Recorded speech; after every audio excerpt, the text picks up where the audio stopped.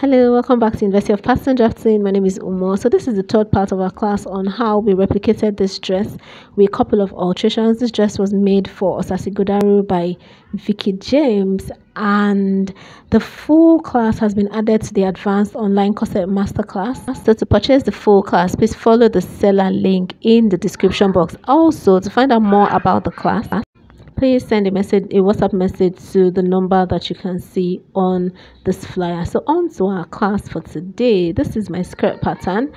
Remember that I said that you should measure 10 inches, between 9 and 10 inches below the hip line. So that's that point that you can see me marking. So measure from that 10-inch point to the hem of your skirt. Can you 26.5 inches? Add 1.5 inches to that, making 28 inches.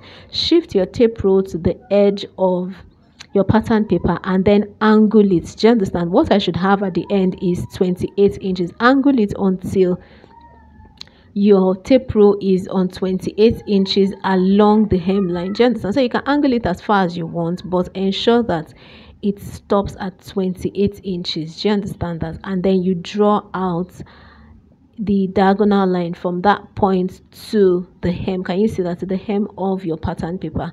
I've done this in the second class, but my camera cut out this part.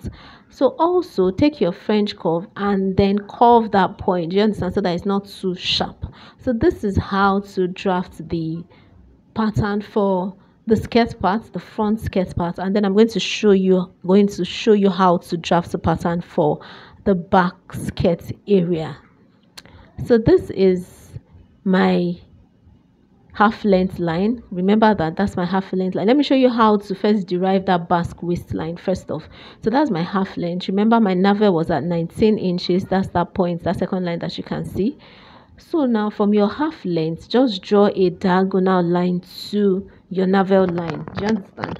So from the side seam, let that diagonal line meet your navel line at the center front. Can you see that? So that's all. So that way you've created your basque waistline. Remember that basque waistline is only on the skirt pattern.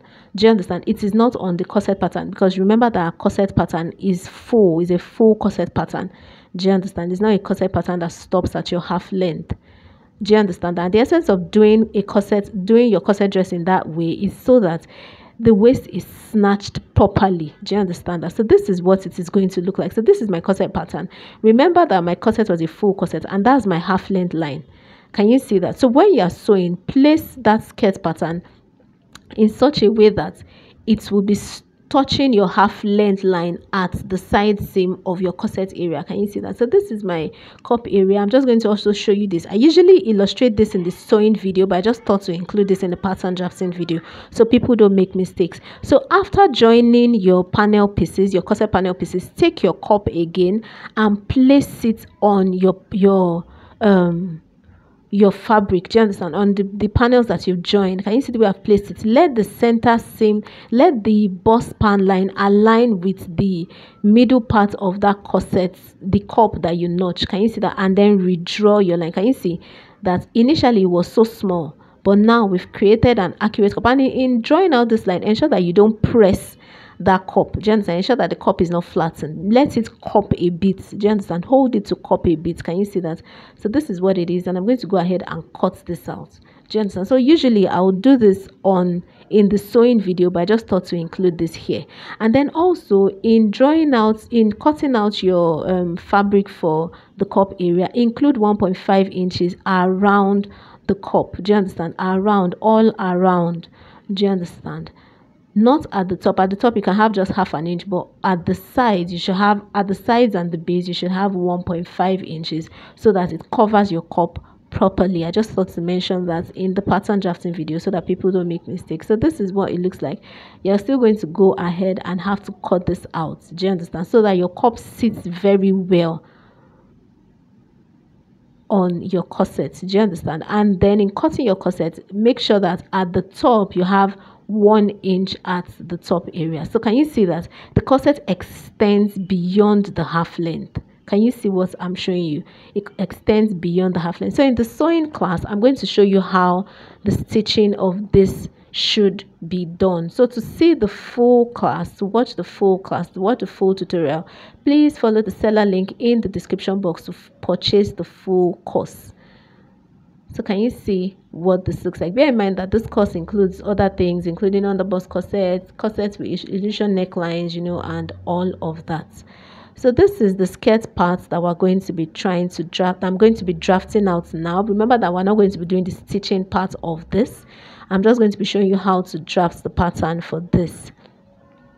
So can you see what this is? The center front. That was the center front that you saw me marking. So that's the center front of your front. Now we're drawing the back pattern. I remember the back pattern also has to have zip allowance. So my zip allowance for the back is 2.5 inches. Very, very important, guys. The essence of having this much allowance is because at the side seam I have just 1 inch.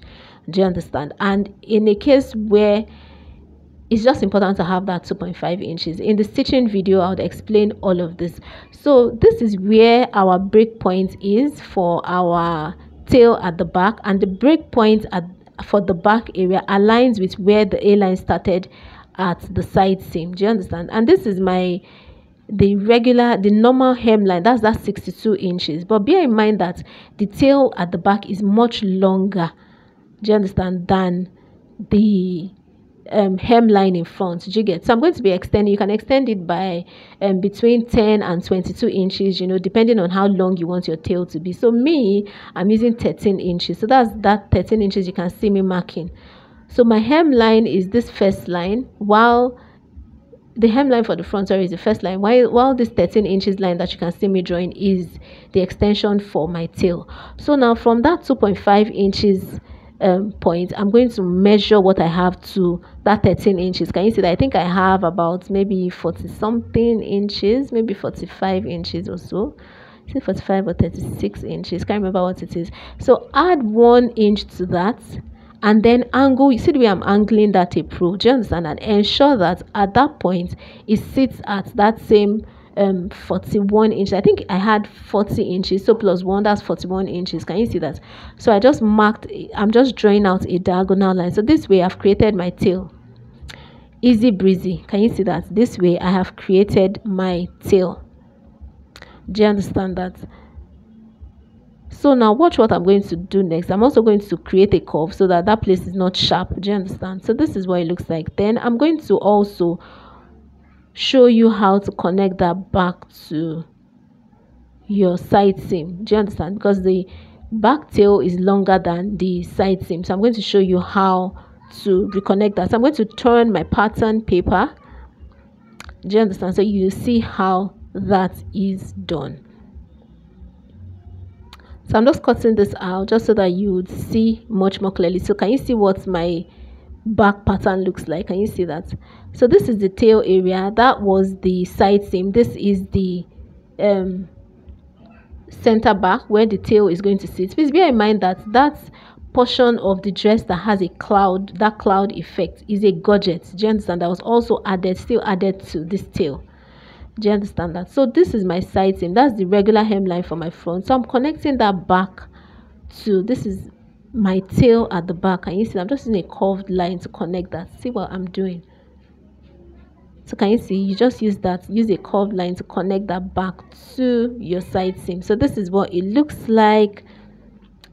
Do you understand? So you can just cut this out, and this is what your back pattern is going to look like. So we're going to be going on to the stitching video where I'll show you how to cut on fabric, as well as stitch, and then a lot more instructions. So to purchase the full class, please follow the seller link in the description box, and to find out more about the class, please send a WhatsApp message to this number that you can see on the screen. So this is what my back pattern looks like.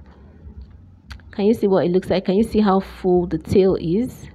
So this is what it looks like. Your tail can actually be longer than this if you want to. Do you understand? So that is my tail. Can you see that? So it can be longer than this, depending on what you want. And then please bear in mind that there's still going to be a gorget at this area. Can you see? There's going to still be a gorget at that area. Do you understand? I'm not going to be illustrating how to cut that gorget. We'll be doing that in our class on evening dresses. So please watch out for that. And thanks for watching, guys. Ciao.